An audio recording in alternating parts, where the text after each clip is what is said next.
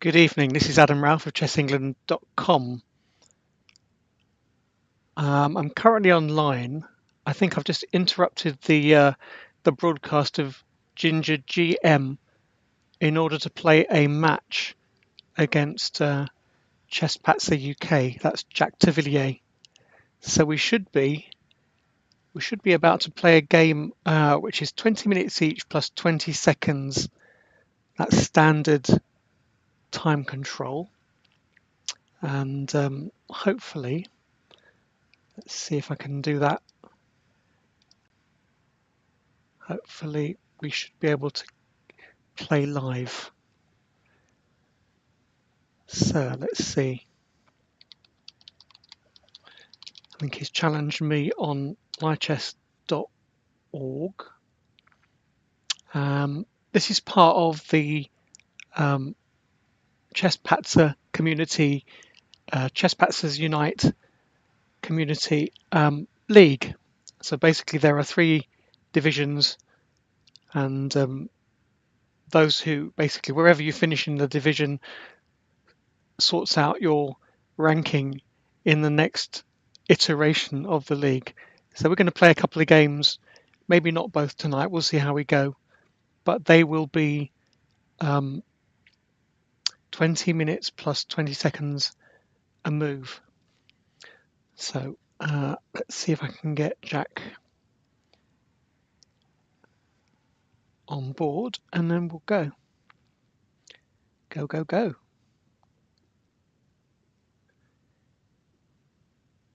Incidentally, I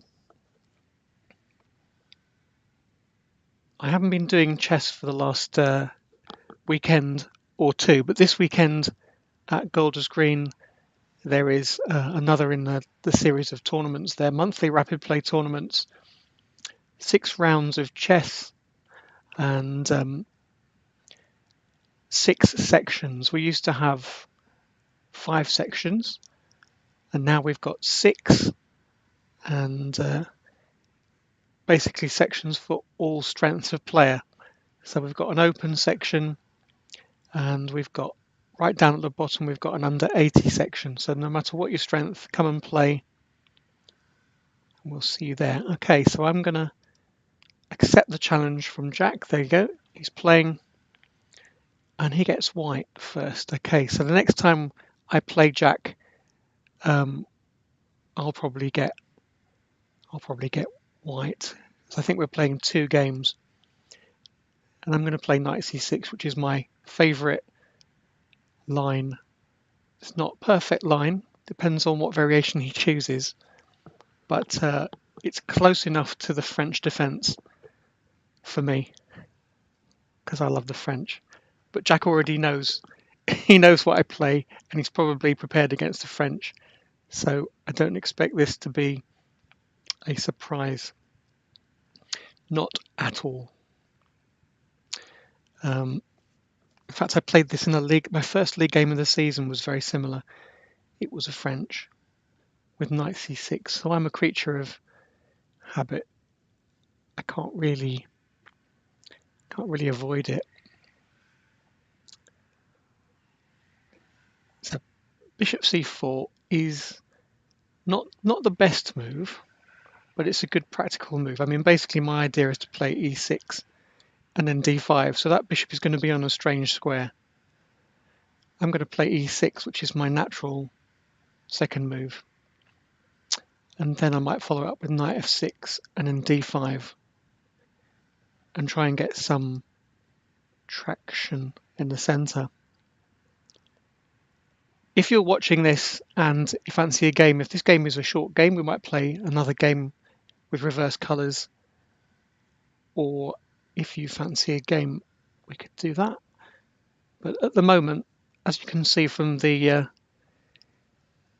times, we're basically playing quite a long game, potentially. Could be about an hour. You can see on the screen we've got the Hampstead Congress, Golders Green Congress logo. If you're interested in anything that I do, you can always go to chessengland.com and have a look on the right-hand side, and there are a number of chess tournaments you might be interested in. Whether you've played in a tournament or not, you might be interested. So my opponent has played knight f3, and I am going to go knight f6. If I play knight f6, what happens if he plays e5? Well, I'm going to go d5. And then he takes my knight and I take his bishop, and I think that's a fair exchange. So I could play that. I could just play d5, but I don't want to open up the center too early. So knight f6, with the idea of if he plays e5, then I go d5. So we'll see what he does.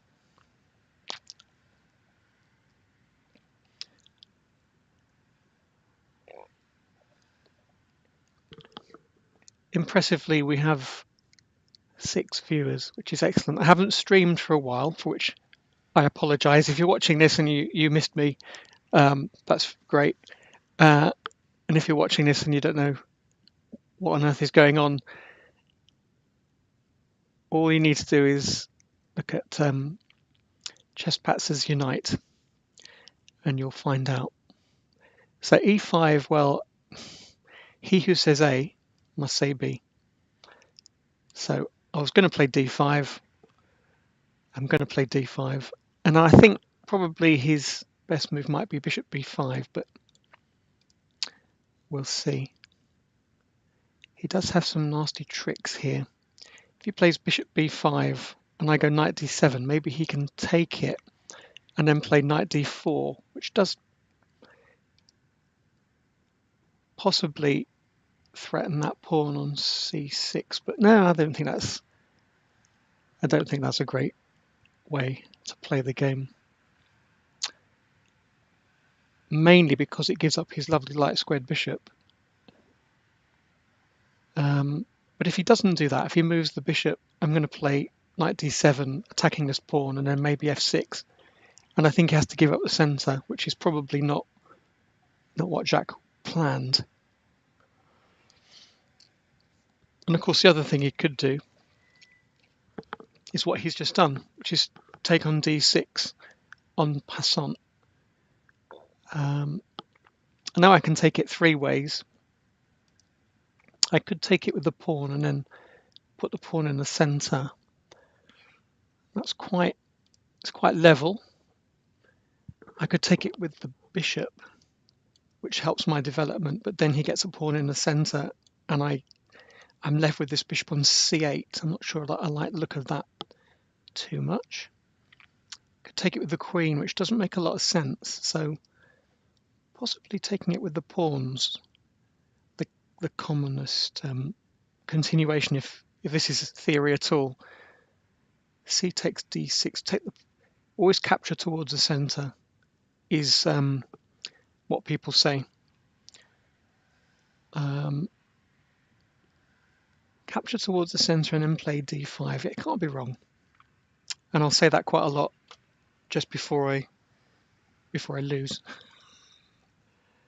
But c takes d6, and I've got coverage of these squares to keep his pieces out, and I've got an open c file, and I can just develop my bishop and castle kingside, which is what I want to do as quickly as possible usually. But this is probably not a position that you've seen in mainstream chess. And the question is, do I play e5? Probably not. Knight g5 looks quite dangerous. I think I'm just going to develop my pieces. If I put bishop on e7 and he plays d4,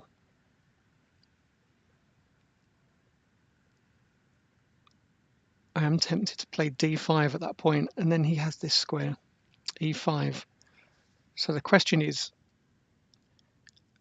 do I play d5 now and put my bishop on d6? And I believe that is probably a good idea, because I can get my bishop to this more active square. I know he's going to play bishop b5, takes c6, but my bishop here will cover this square. It's a key square. So for the next 4 or 5 moves, I guess, we'll be having a discussion about who controls e5 key square. He's going to play d4 and try and stick his knight on e5, and I'm going to play bishop d6, possibly queen c7, possibly even knight d7, just to get rid of anything he puts on e5. And I have to watch out for bishop g5 pinning. So bishop e2 is it's a little passive. It's a little passive. See, I'm controlling this square now. I don't mind him playing d4. So I've just had an email from somebody who's another Chesspatzer.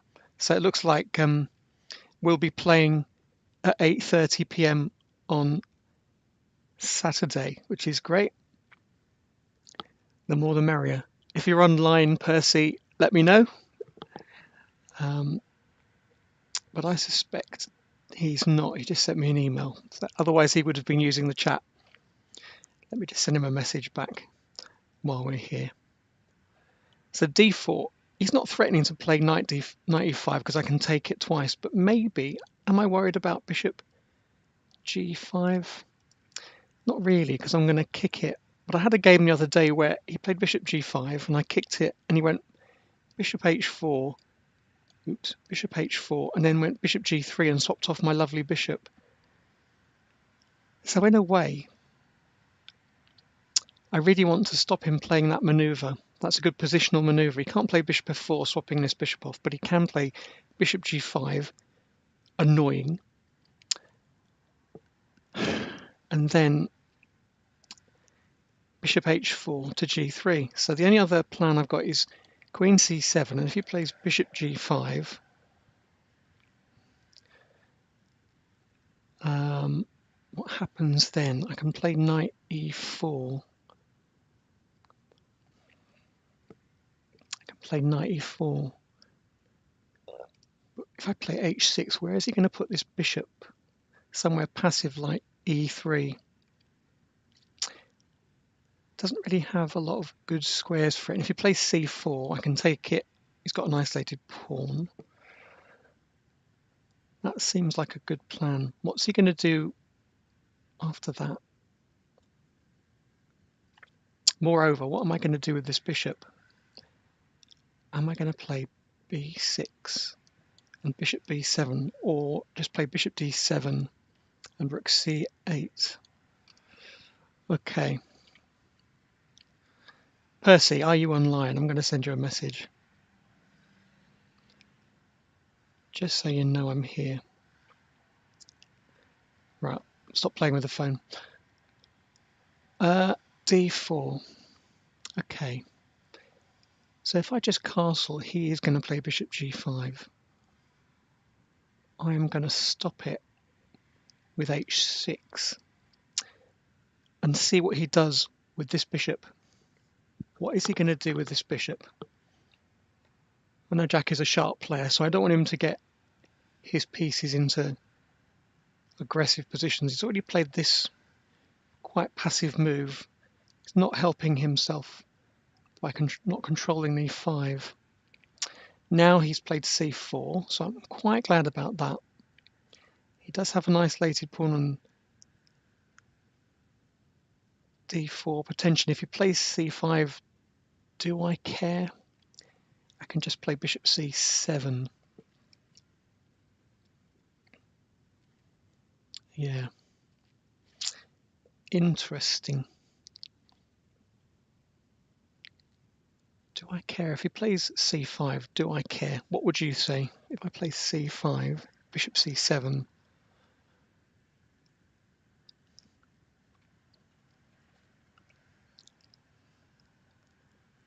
c5, bishop c7. Is he going to go a4 and just play b4 and just try and run me off queenside? Yeah, he could do that. And what do I have as counterplay? I've got knight e4 and attacking his king. Thank you, Percy. You're a kind man. Or I could play by principle, and I could just take on c4 and play against this isolated pawn. I think I'll do that, because he's already spent quite a lot of time with his bishop. He now has to spend another move capturing it. So let's do it. I think I need a bit of luck, Percy. Playing black against Jack is never fun. So knight d2, that's an interesting move. He wants to take on c4 and then come in to e5.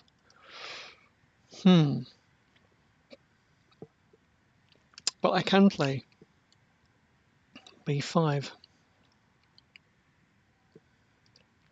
which could upset his plan, or I could play c3, which could upset his plan. I'm not going to ask for advice from the audience, but I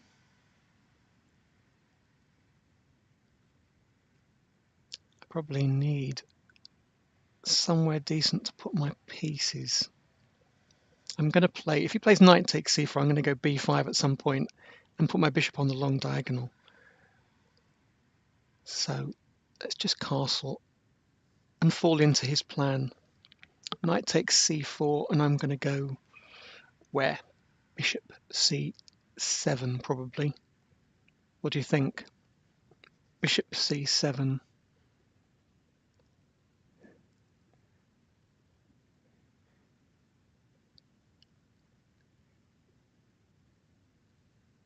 So I don't really want him to exchange this. So the question is, where do I put it? Do I put it on e7? He plays bishop f4. So I've got to really put it here. So I'm covering these squares with my queen, and I'm also covering this diagonal, and also I'm covering this square. So he can plonk a piece on e5, but if he does, I can take it twice if I want to. No, it doesn't look so secure there. And now I really want to play b5 or b6 and develop my bishop. I have to do that. At some point, I have to develop that bishop.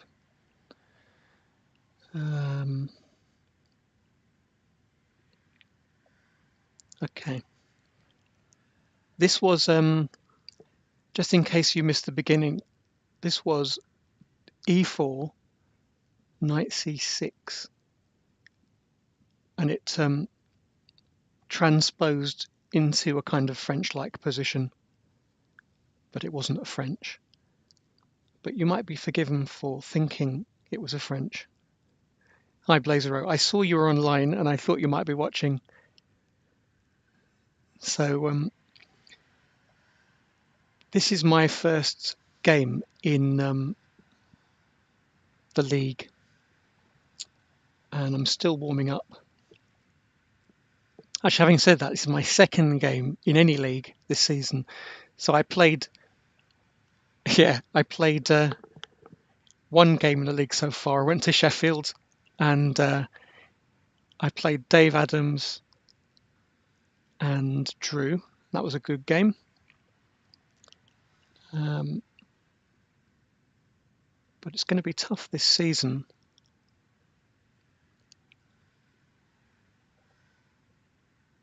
All the games in the Sheffield League are now graded, so that will be an interesting experience for everybody.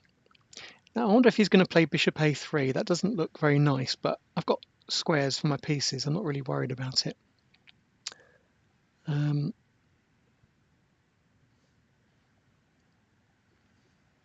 going to play knight d5 because I want to come in on c3 and take this bishop. If he plays bishop a3, that's what I'll do. So BlazerO is playing a really tough opponent. I think he's better than most of us, especially at this time control. You're going to need a lot of good practice. If you're playing in the 4NCL, every game is quite hard. And the hardest thing is to use the time, because it has the longest time control of any league in the country. Probably the longest time control for any tournament in the country, actually. Very, very long matches, potentially. So what's really hard is to use the time that you're given wisely. I mean, if you're like some people, you might spend your time in the bar in between moves, or I don't know, pacing up and down, watching other people play. That's not a particularly constructive way to use your time. Now, that's interesting. He's played knight e5. Now, I was hoping he'd move his bishop so I could go knight c3 or knight f4, depending on where he went. And he's allowed me to do this.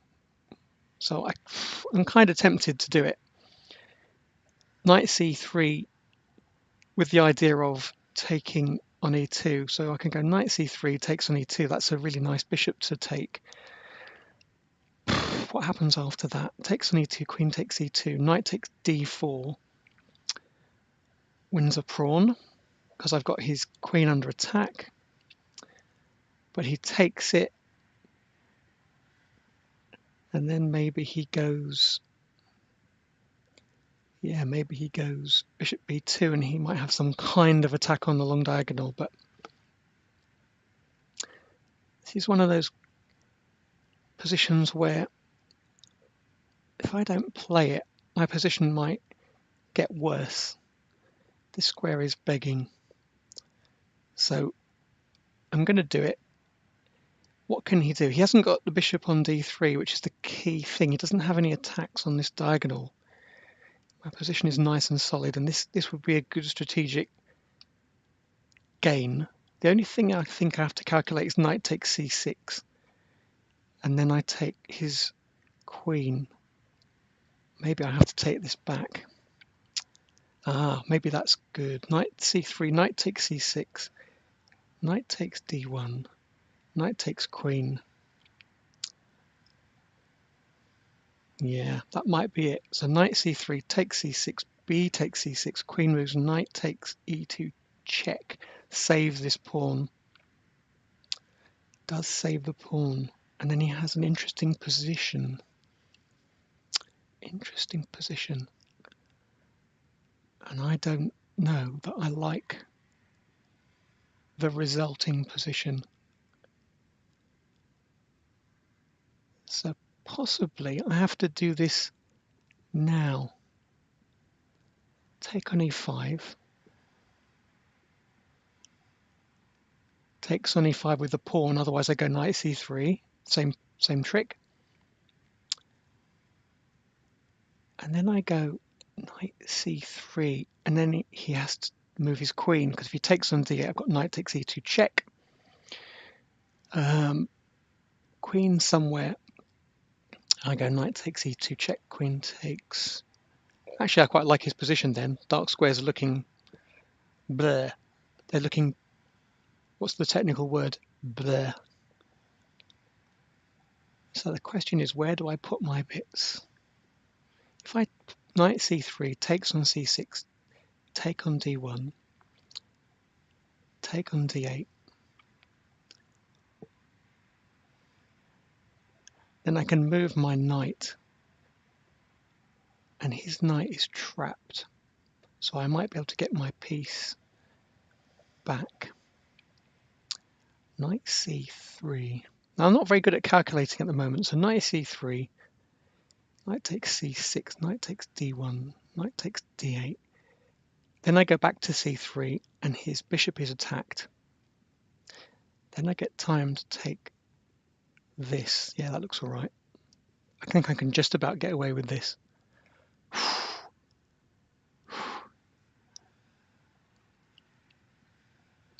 So interestingly, in the first game of my season, I played a league match against a 194 or something.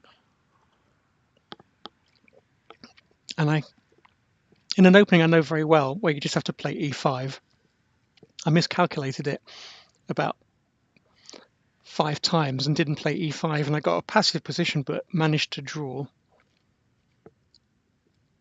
Even though the time control for that league was 45 minutes each, guillotine finish.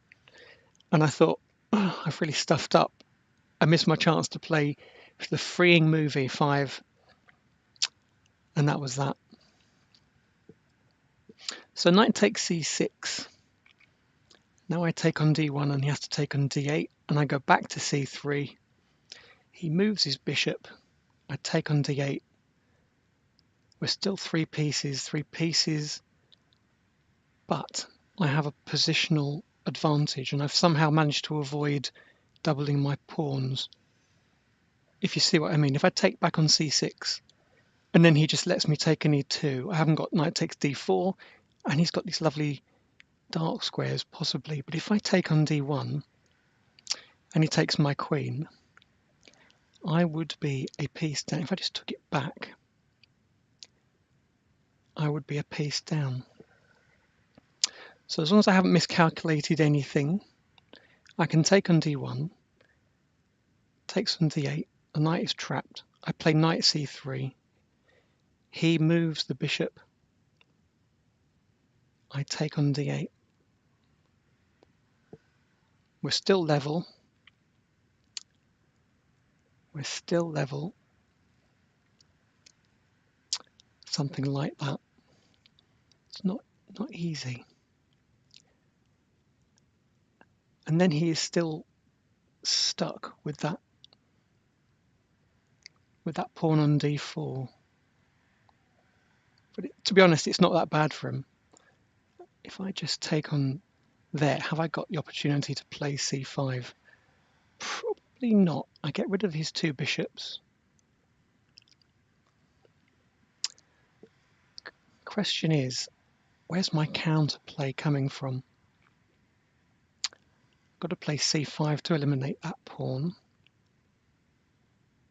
And then it's probably about level. That's the problem. Probably about level. Take on e2, check, take there.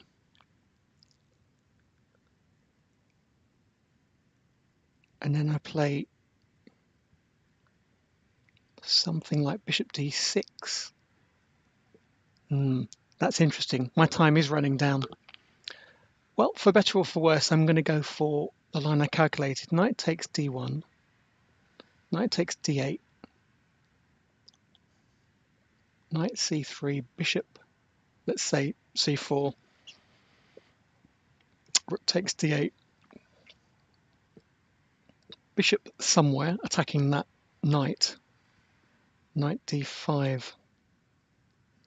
Okay. He who says A must say B. I've got 20 seconds to move, but I might need it. So knight takes d1.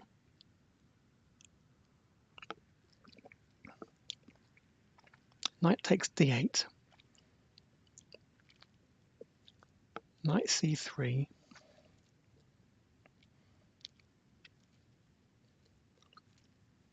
And then he has to move the bishop because I can take it with check. So he's got to move the bishop, and then I take on... No, knight takes e2 check a couple of moves ago. In this position, knight takes e2 check was okay, but the thing is then I take back with the pawn, and I end up with this isolated pawn on c6. And I have won the two bishops, but he can defend this pawn adequately, and I'm not sure I'm going to get to play c5, which would be the freeing move. In this position, I'm going to leave him with... I'm not saying this is a lot better, but I'm going to leave him with that pawn on d4, and I am going to keep my pawn structure and my own bishops. So this is probably okay, but with the idea that I'm going to play b6, bishop b7, and now I have to think quite carefully about what I'm going to do here. Rook takes d8 looks fine because then bishop a3 isn't a tempo. Let's do it. And then maybe he plays bishop b2. And I have to go knight d5, which is good because I might come on f4. But positionally, I think this is okay. Although he's getting a few moves. He's getting bishop b2 and then rook c1 as 3 moves. So I just have to be careful not to fall behind in development. Well, I am going to fall behind a little in development. My poor bishop on c8 looks a bit pathetic. So when I've put my knight on d5, then I've moved my bishop so that he doesn't take it. I'm going to play bishop d7 probably. And then if he plays knight e5, I don't mind if he takes it. I'm just going to play bishop e8 and grovel a bit. Or maybe okay. Maybe I will have to put my bishop somewhere to allow b6 and bishop b7. Okay. So he puts the rook on c1. I play bishop f4, gaining time. He moves the rook to c2. I play b6. He stopped me. Haha, so he knows. So if I go b6 in this position, rook c1, bishop b7, the knight guards the bishop. Okay, the knight guards the bishop. That's okay. He stopped this knight coming to f4 or the bishop coming to f4. And really, I think b6 is the move. Got to put my bishop on that diagonal. And then bishop b7. What do you think? It's not easy. This is definitely not an easy game. But I like my position. I mean, objectively,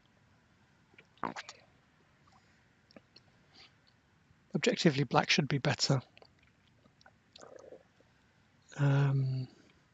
He's not threatening the bishop, so I have time to develop my own bishop.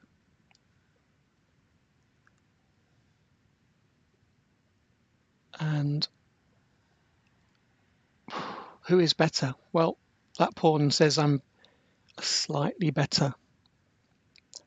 So ChesspatzerUK, what would you think in this position? Do you think white has an advantage or black has an advantage? I think in this position, I would be, if I were playing a match, I would be quite happy to play this game and see what happens.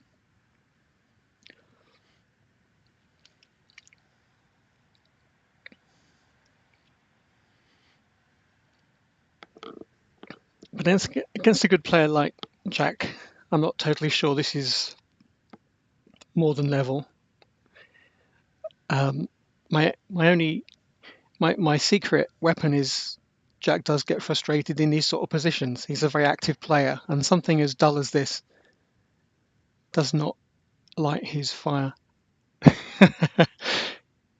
He likes to get. I mean, the queens are off, and he likes to get his teeth into a position like this. So I might have upset his strategy somewhat. Okay, so in this position, if I took it, this is en prise, but it's undefended. So he has to be careful here. He has to have calculated taking and then maybe something like knight e3. Just knight e3, attacking the rook and then attacking the bishop, and he has to take it. And then I take here, but then he plays rook c7. Oh yeah, so he comes in on the dark squares. Is knight c6 any kind of a threat? Not sure. If I just play bishop d6, what does he do? What's his point? Knight c6, and I just put my rook on c8, or just ignore it. Then what are we doing? If I play rook c8, he doesn't have knight c. c to e7 check. Yeah, I saw that. Looking forward to trying to bore him to death. Well, at the 4NCL you've got a lot of moves to play. So bishop d6. And then maybe I'm just going to play rook c8. And as long as I leave this pawn here, I can't be worse. I just have to watch out for invasions down the c-file with his knight or with his rooks. And so my plan now is I'm going to just play rook c8, and I'm going to probably kick his knight away, and then play king f7 and try and get ready for an ending if he wants one.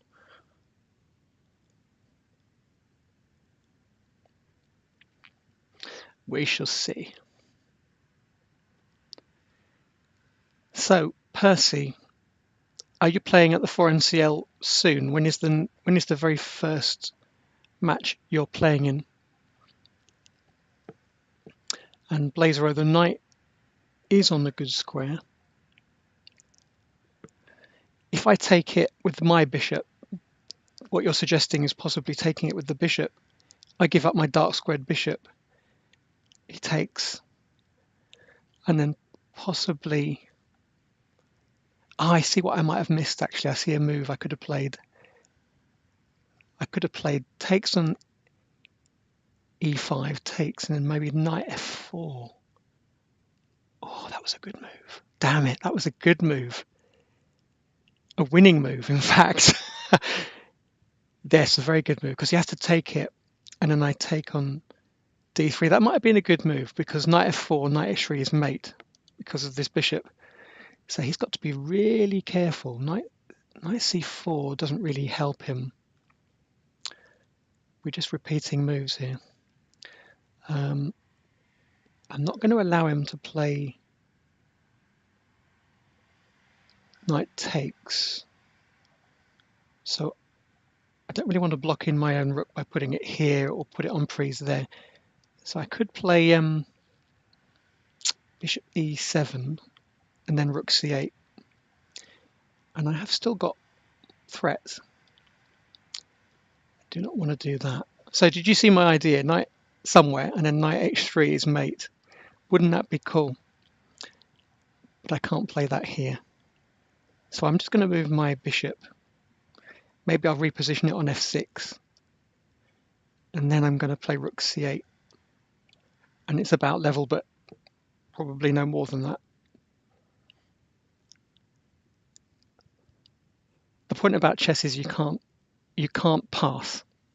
So every time it's your move, you have to find something to do with your pieces, and that's the potential for going wrong. You have to be really careful. So Percy, on board one, what kind of strength are you likely to meet? What division are you in? That's the most important thing. Because the thing about the 4NCL, which is good, is that you can prepare against your opponents. You know what color you're going to be. You probably know roughly, because of the registrations, you know who you're going to be playing.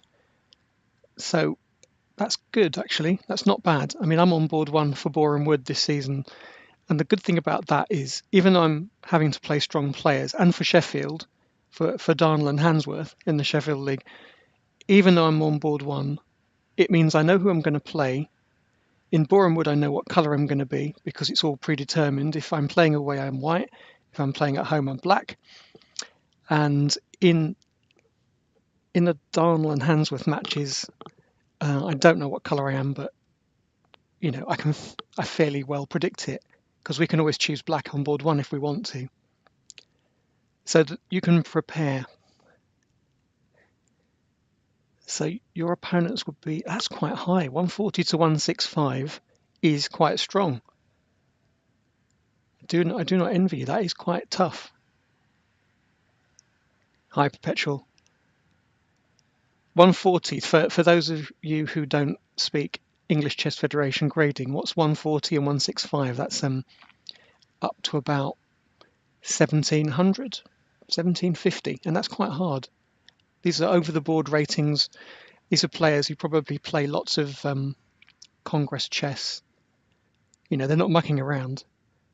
So my opponent has played knight e5, inviting a draw with bishop d6.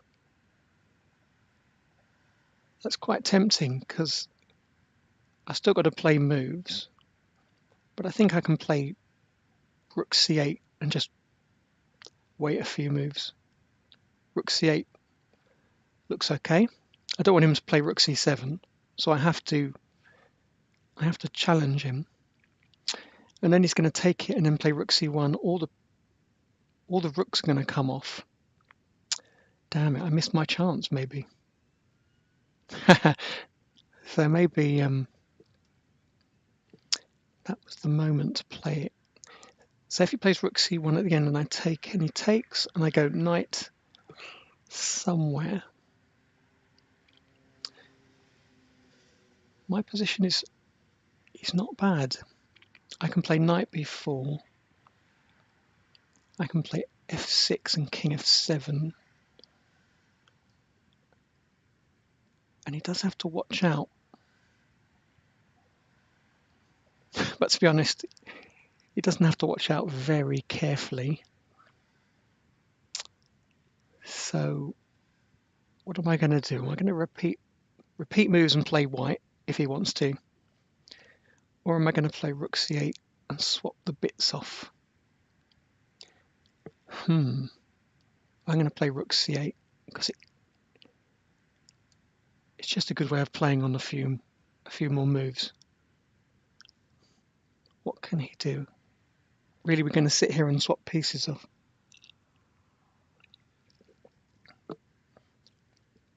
My plan is to play f6 or king f8. No, f6. If I play f6 and king f7 and just bring my pieces towards the center, it's good preparation.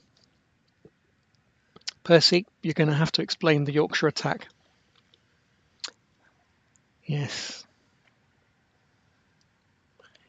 Rook takes c8 is fairly obligatory. I've got to challenge this center.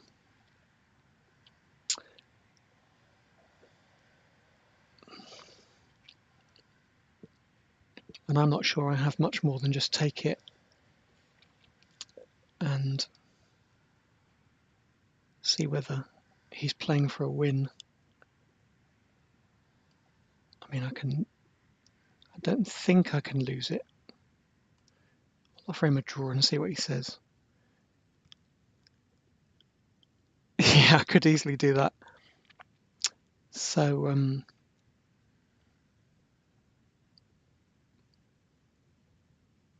I can get rid of that bishop and play king f7. That doesn't look too bad. Where is he going to go with that knight?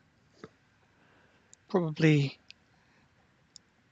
I think he has to play something odd like knight c4, which isn't a great square. So he wants to play this position on. Knight c4 is the only way to do that.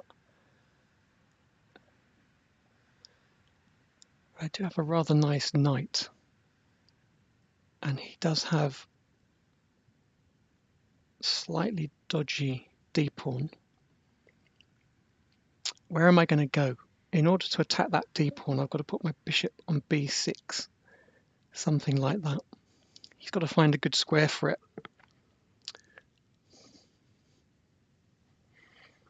Knight c4. Where is he going to go?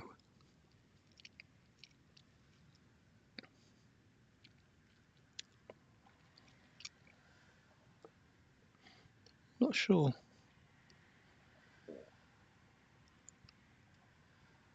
I really wanted to play b5, but somebody told me not to move my pawns quite so precipitously. So I'm going to go king f7, just to hang on, just to defend my pieces. Defend e6. Bishop a3. Now is he really going for a draw or what? I mean, if I just take it,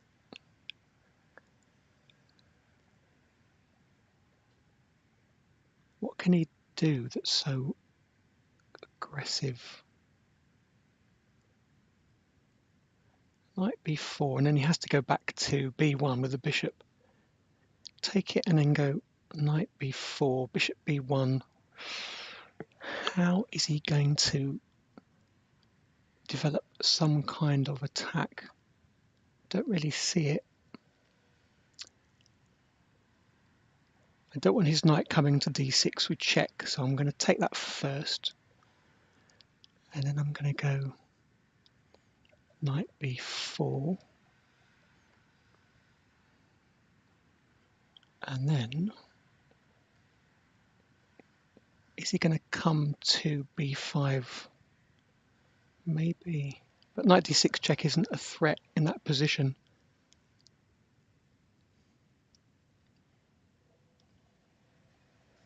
I believe.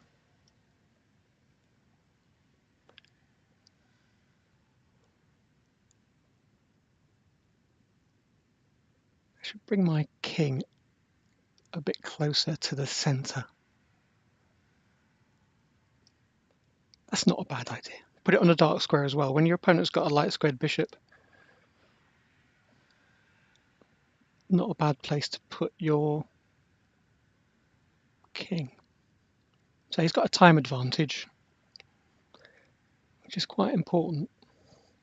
But I've got 20 seconds every move, so I don't think that's a problem. Knight b5, threatening a6. Ooh. If I play a6, where's he going to go? Knight c3. Yeah, got to do it. Knight c3.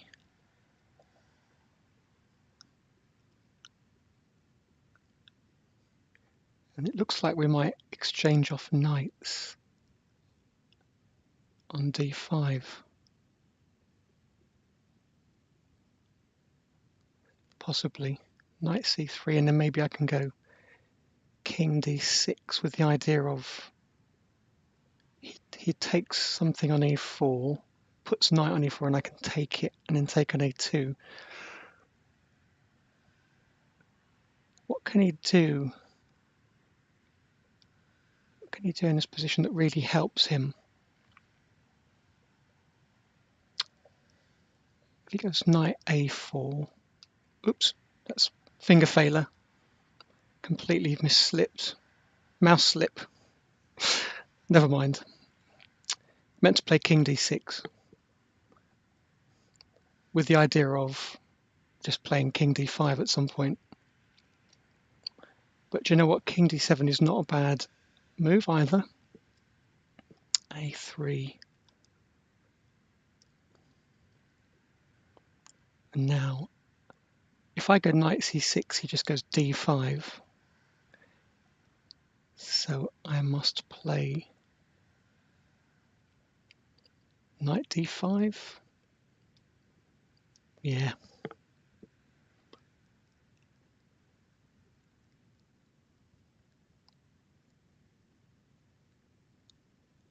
Maybe knight c6 d5 wasn't too bad. I mean, that's probably still level. If he takes it, I'm going to take it back with the bishop and see what happens. The white d pawn does look miserable, Percy. That's the problem. But if I had put my king on d7 in this position, that might have been a better place to put it. But because then it stops him playing d5. So you see in that last position where he played a3, I wanted to play knight c6, but he's got d5. And if I had my king on d6, it could stop him. So I'm a bit daft. But never mind. Percy is right.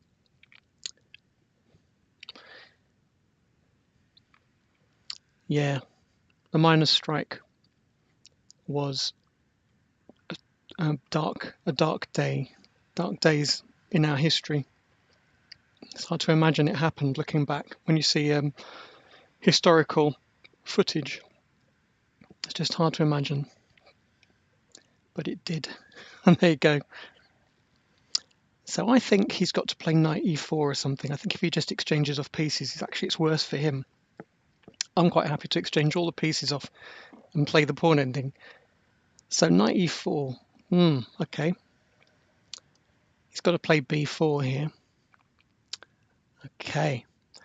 So now I'm going to play king d6 and attack this pawn somehow. Is there a way I can fix this pawn on a white square for my bishop? Not really. I don't mind if he plays b4 because I'm going to sneak in on the light squares. So king d6 and see what happens.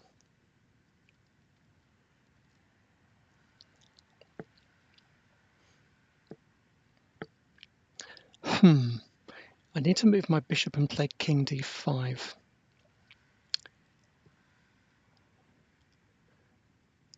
I need to move my bishop and play king d5.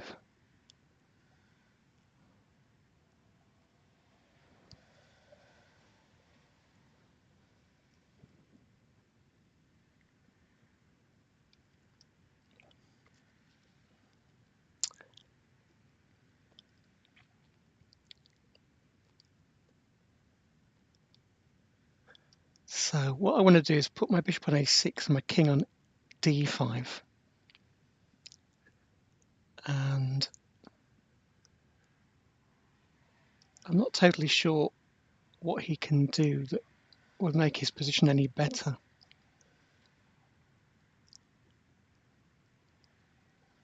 But we'll see.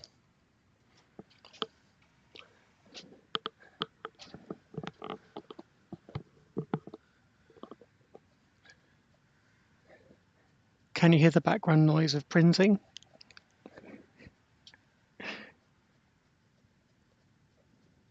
What can he do in this position? I mean, he can't play for a win. I think only I'm playing for a win. My pawns are unassailable. He can't really get to them without giving me d4. But what is my plan against d4? If I play king d5, he just checks me with the bishop, and that's that. So if I play f5 and king d5,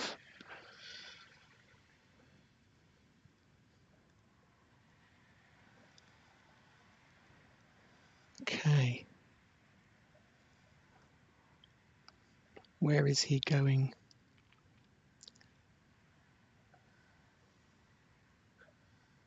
Did he offer me a draw? I think he did. I'll offer him a draw, see what he says. Maybe he didn't see. Still.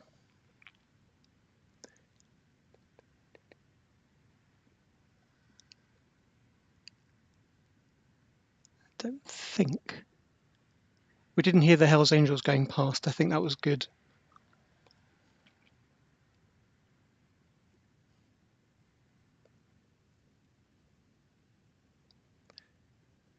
If I played bishop c6 and we just exchange off bishops, king e4, f. Oh, I've got to go king d6, g4, g6 with f5, and then king d5. I could possibly win the pawn ending, but I don't know. I don't really want to give him any way into my position. f5 looks like a good move. Can I wait a move and play it? I can play bishop c8, bishop e8 rather, bishop c6.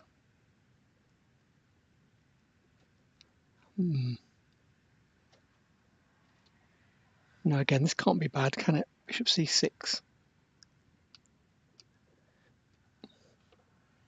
I don't mind exchanging off my last piece.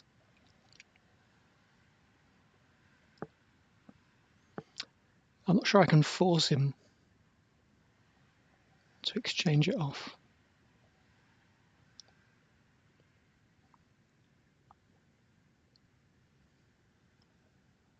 What do you think? What does the audience think? Oh dear. Percy, what do you do during the week? Are you working long hours?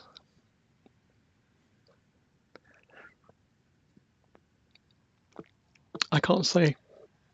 I can't say I'm working long hours. As you know, the longest hours I work are over the weekend, running tournaments. And for the last few weekends, I was supposed to be doing a tournament this weekend, and I had the whole weekend off because somebody cancelled it. And I tell you, it's the weirdest feeling to have a whole weekend. The weekend before that, I deliberately planned not to have any chess, knowing that I would have about 5 weekends in a row, but I wasn't planning on this weekend, so I just sat around doing filing, doing grading, looking through games. Somebody very kindly entered all the games from Hampstead, so I'll be doing a stream on that at some point. Because I tell you what, there's some really good games in there. There's some really awful games, but some really good games, as in quality games. And there are also games which aren't perfect, but are very instructive. Well, I can't say it's much of a living. I think people often say that, oh, do you make a living doing chess? Well, I actually work part-time for Middlesex University, training staff on how to use the software, our in-house software. So that's what I do for a real job. That's part-time. But full-time, I'm pretty much always doing chess. So my opponent has exchanged off the bishops, which is more than I could hope for, because I must be either I'm winning or losing this somehow. And what I want to do is I want to play king d5. So I want to play f5, but without allowing him to go to e5. So I've got to play that. And then maybe he has to play f5 himself. Otherwise, I'm going to go f5, check king d5, and I've got quite a commanding position. And it is getting very zuggy. Zugzwang is my friend, I hope. Well, let's see. How many pawn moves do I have? I have 1, 2, maybe 3, 4. I've got 4 waiting moves if I need to get a Zugzwang. And I can play g5, which ain't so bad. If I played f5 check, king d5 and g5, that's quite a good Zugzwangy kind of position. Okay, so here's where you have to count. I mean, basically, I can play f5, king d5, and then I can't get into c4, so I have to kind of force him back. How do I force him back? I don't see a way. It's definitely a draw. He just moves his king backwards and forwards here. I don't think I can even begin to try and win that. So what do I play? If I play g5, that could actually be a bad move because of f5. I think he should probably have played f5. Now I play f5 and king d5. And I don't know. I don't think he can win it. Well, I definitely can't win it. What can I do? Let's say it's my move, and I have to move, and he goes king c4. So I've got to meet king c4 with king c6. Simples. Yeah, tricky. So I could be in trouble, but I can play f5 check, and then maybe I can attack him on the queen side myself. King c6 b5, and then he's got two weaknesses, this pawn and this pawn, and he can't get to this pawn with king e5. So I could play king c6 with the idea of king d3, b5, takes, king stopped from coming to c4. Okay. Or I could just play king d5, king d3, make a move, make a move, make a move, make a move, my move. He breaks. That is hard. That is hard. King d5, king d3, g5. Now he'll get a passed pawn on the king side. So I think I'm going to go there and play b5. It's quite hard at this time control, ChesspatzerUK.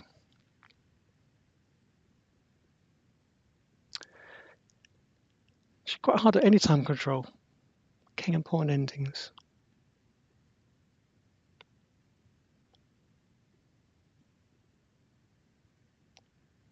See, I was worried about if I play g5 and he takes, and I take, and then he goes h4, then he's got a passed outside passed pawn.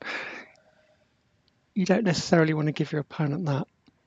But if his king wanders too far over here, g5 takes, h4 doesn't work because I play f4, and then I go takes g3 and queen. So he's got to be careful. Yeah. So now I can go king d5, king d3.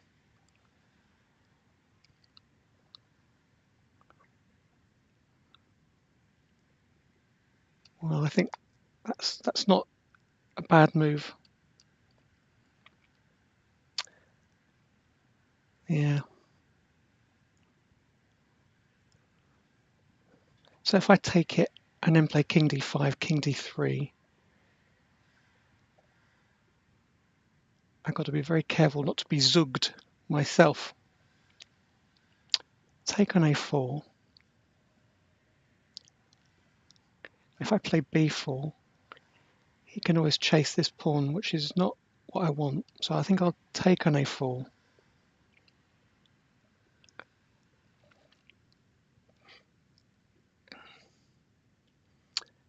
And then king d5, king d3, make a move, make a move, make a move, make a move. It's my move. King d6, king c4, king c6. That's still a draw. So can I win it? I don't think I can. I think that's a draw. Let's just do it and see what happens.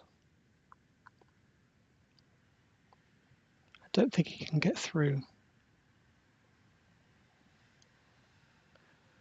It is very zuggy. He can go king d3, and then I'm going to play g6 and h5, and just, if it's my move, I'm going to go king d6, king c4, king c6 with the opposition.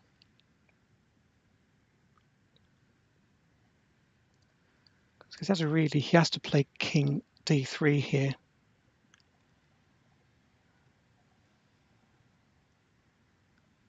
He has to play king d3, and I don't really have anything else except making waiting moves.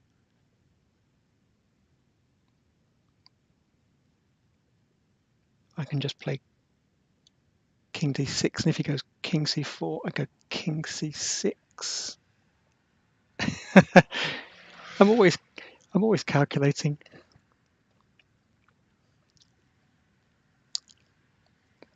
The question is, if I miss something obvious, we shall see. Furrowed brow. Yeah, king d3 is forced. But he's probably busy talking on his stream about whether or not he's losing, and I'm busy talking on my stream about whether or not I'm losing. So the question is, what pawn move do I play first? If I play h5, he goes h4 and I go g6, he has to move. So he has to get h3, and then I go g6, goes h4, and then I have to move king d6, king c4, king c6, king has to move. It's probably a draw. So let's hope I haven't stuffed up.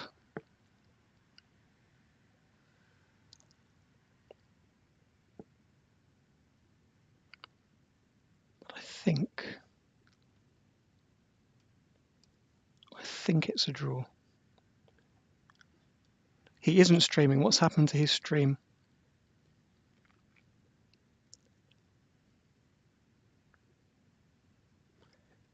What has happened to his stream?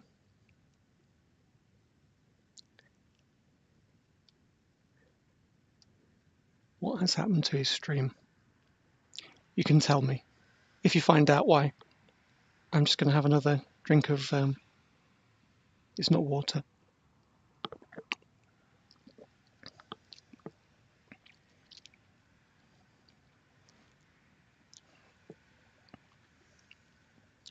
He never started his stream. Wow. Interesting.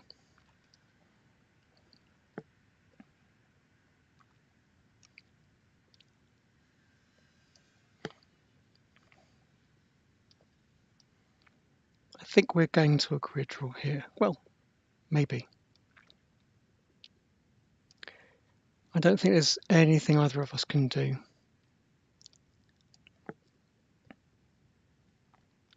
It's a draw. Do you know what? That's a good game. And I think there's only one place in that whole game where I thought I might have had a move. So I missed bishop f3. Let's have a look. Let's see what move.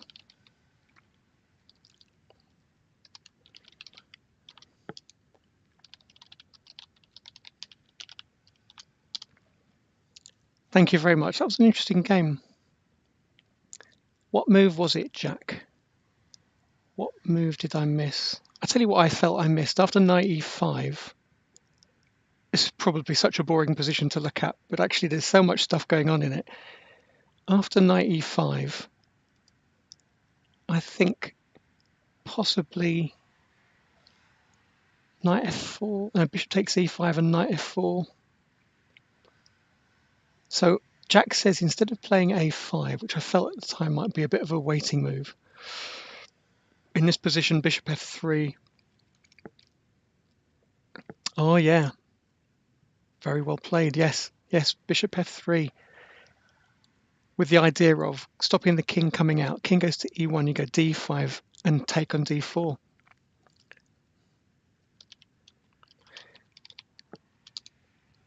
Yeah, very good.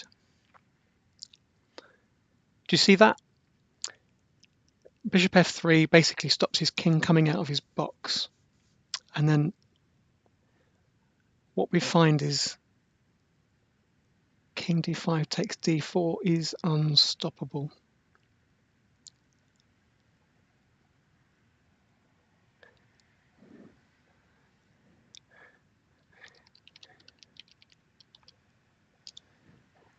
Not rated games. Let's have a look.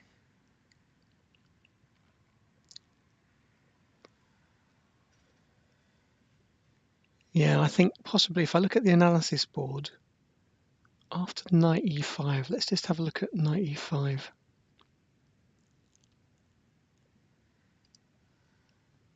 Yeah, possibly. Let's have a look at the analysis board. Knight e5 was probably a bad idea. Bishop takes e5. Let's go for my line. Takes on e5, and then I think knight f4.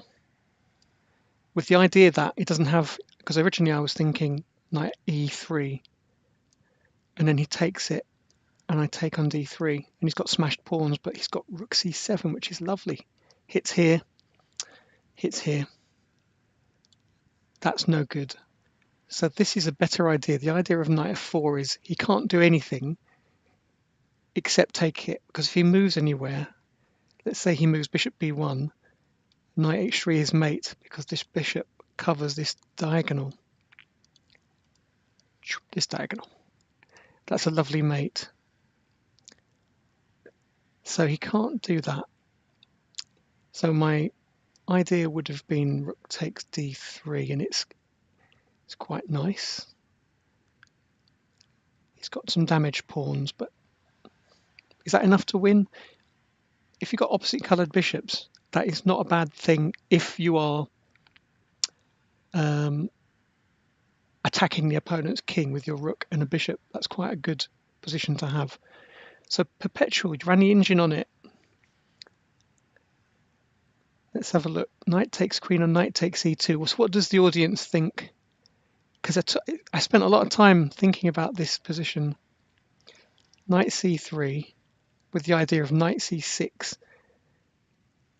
No, with the idea of just queen moves takes on d4. And then I thought, oops, he can play knight takes c6 first. Knight takes c6. Knight takes d1 is forced. Knight takes d8 is forced. Knight c3 is forced. Bishop. He went bishop d3. That's probably not accurate. I think rook takes d8 was all right. And then he went bishop b2, which is not a great position for the bishop. And then he went g3. So in this position, I played b6. I could have played f6. Yeah, that was the first game. So we've got to play another game at some point.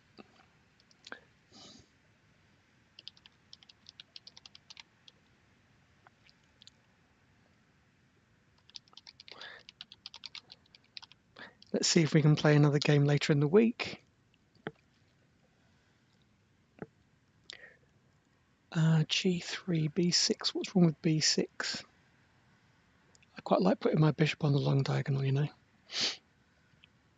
Okay, c1 was a good move. Bishop b7 was fine. And then knight e5 was bad because of what we just looked at. What should white have played? Bishop e4, yeah, challenging that diagonal.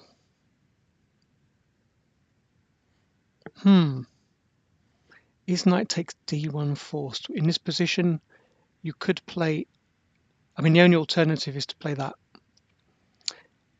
And then he has to move his queen somewhere, doesn't really matter where.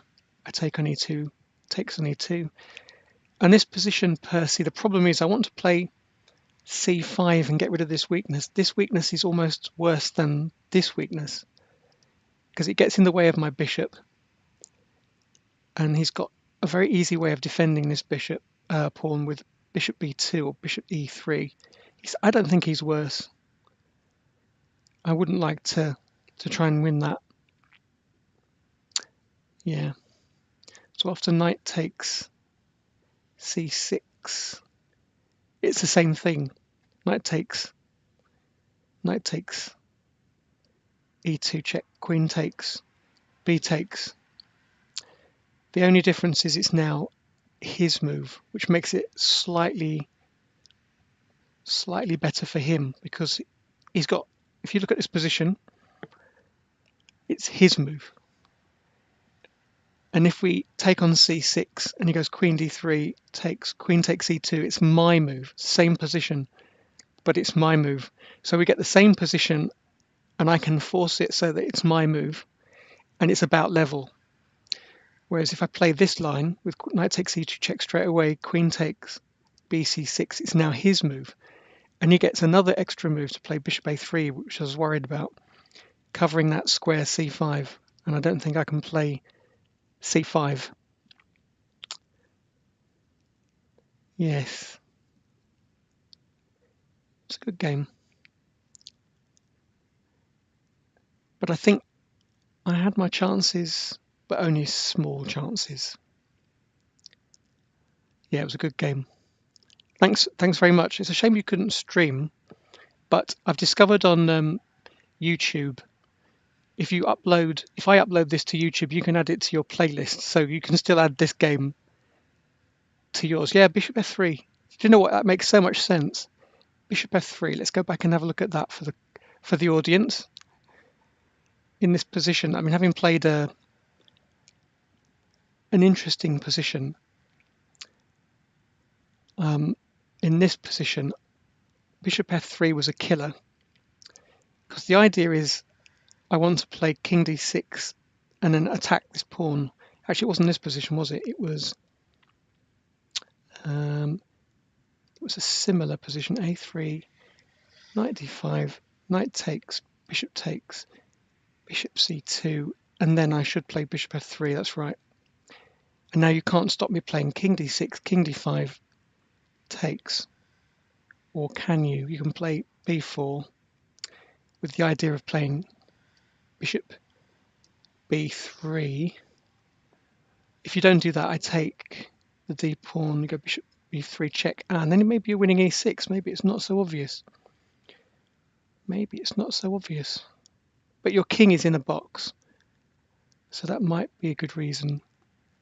Bishop B3, and then the computer suggests C5, which is what I was trying to avoid doing, mainly because I didn't want to exchange off this weak pawn. So maybe you, well, my laptop's not as fast as yours probably, but yeah, I was hoping you might go wrong. I did offer you a draw several times, but you turned them down, so maybe you didn't see them. Okay, so when are we going to play in a rematch? Just for the record, we can sort out a rematch on really. Oh, actually, this new laptop is not bad. Yeah, I offered you about 3, but you just kept making moves, even though you had loads of time. You were trying to hassle me, so you could have had a draw earlier, but I was quite happy to play it on because I thought the only person who can win this is probably me, but that was right until the end.